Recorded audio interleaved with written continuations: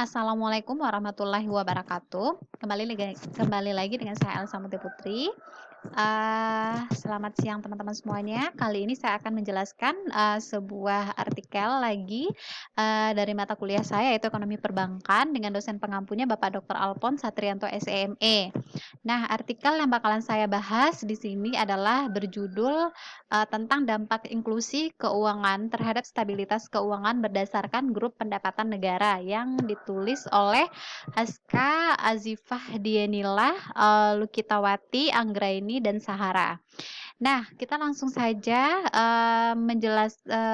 saya menjelaskan abstrak dari artikel tersebut adalah, yaitu pada abstraknya, inklusi keuangan merupakan salah satu strategi untuk meningkatkan pertumbuhan inklusif di banyak negara.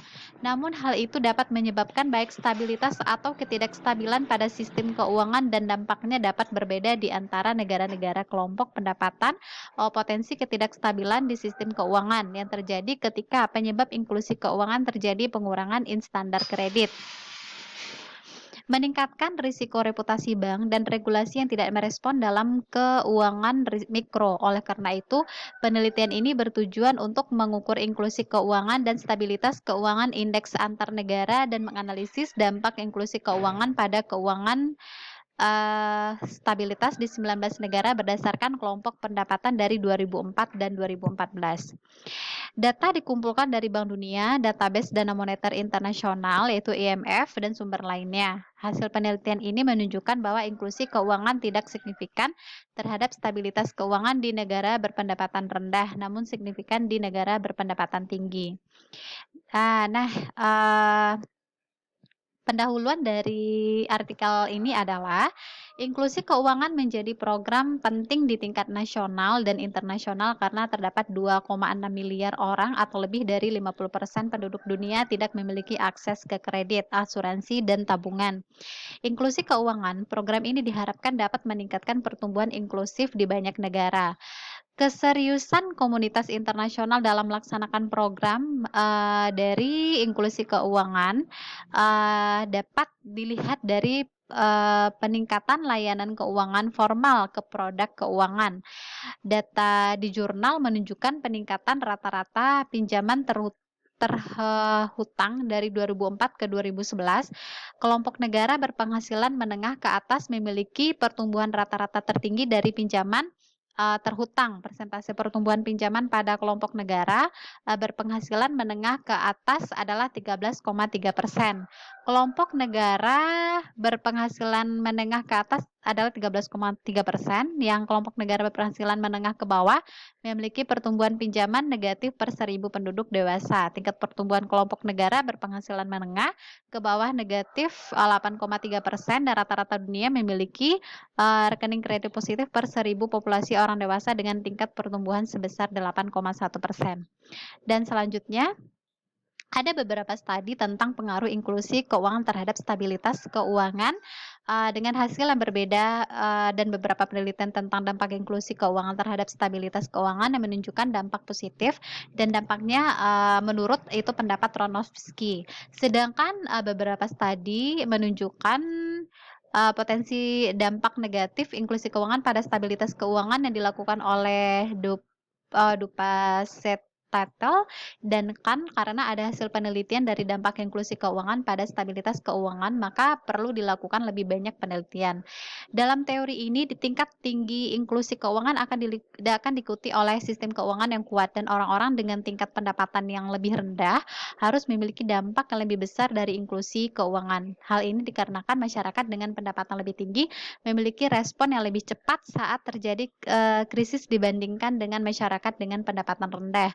Respon tersebut melihat dari penarikan nasabah berpenghasilan tinggi secara besar-besaran saat terjadi krisis.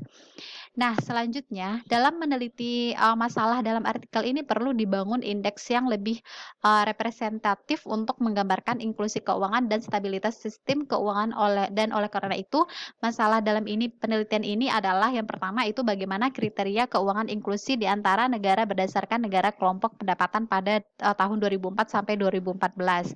Dan yang kedua, bagaimana kinerja stabilitas sistem keuangan antar negara berdasarkan pada negara-negara kelompok pendapatan pada 2004 sampai 2014. Dan yang ketiga, apa dampak inklusi keuangan terhadap stabilitas sistem keuangan berdasarkan negara kelompok pendapatan pada 2004 sampai 2014. Dan keempat, berdasarkan uraian di atas, tujuan dari penelitian ini adalah untuk yang kelima, hitung dan jelaskan indeks inklusi keuangan di antara negara-negara berdasarkan negara kelompok pendapatan. Dan yang keenam, hitung dan jelaskan indeks stabilitas keuangan di antara negara. Dan yang ketujuh, menganalisis dampak inklusi keuangan terhadap stabilitas keuangan berdasarkan pendapatan kelompok antar negara. Dan selanjutnya, teori dari artikel ini adalah yang pertama itu konsep inklusi keuangan, yaitu tingkat inklusi keuangan dapat diukur dengan indeks dari inklusi keuangan. Dan beberapa peneliti mengukur keuangan inklusi dengan menghitung proporsi populasi orang dewasa atau rumah tangga yang memiliki akses ke jasa keuangan formal. IFI yang dikelompokkan oleh Sharma yaitu pada tahun 2008 didasarkan pada 3 dimensi, yaitu penetrasi perbankan, ketersediaan layanan perbankan, dan kegunaan. Kemudian penetrasi perbankan dari konsep ini adalah sistem keuangan yang inklusif harus dapat dicapai atau dapat diakses secara luas. Di antara pengguna penetrasi perbankan dapat dilihat dari proporsi orang dewasa yang memiliki rekening di bank. Indikator penetrasi perbankan di studi ini menggunakan persentase dari total akun di lembaga keuangan formal untuk total populasi selama 15 tahun dan persentase UKM yang memiliki akun di lembaga keuangan formal. Dan kemudian ketersediaan layanan keuangannya. Sistem keuangan inklusif harus tersedia untuk semua pengguna. Dalam studi yang sama, indikator ketersediaan diwakili oleh jumlah outlet cabang ATM. Selain Sharma, Kamara, dan Tuesta juga menyatakan bahwa inklusi keuangan dapat diindikasikan oleh jumlah cabang di lembaga keuangan atau ATM. Nah, selanjutnya, konsep dari stabilitas keuangan artikel ini adalah berdasarkan penelitian yang dilakukan oleh Hopkins dan Clough, Nelson dan Perley. Itu memperkirakan konsep stabilitas keuangan dapat dikelompokkan menjadi yang pertama itu sektor ekonomi real, yaitu ada 4 variabel dari sektor real ekonomi yang dapat mempengaruhi stabilitas sistem keuangan, yaitu pertumbuhan PDB, posisi pajak, pemberitaan indeks harga global, inflasi, dan domestik. Yang kedua itu sektor perusahaan, dan yang ketiga sektor rumah tangga. Dan metodologi dari artikel ini adalah data yang digunakan adalah data sekunder yang merupakan data tahunan dengan struktur data panel yang tidak seimbang.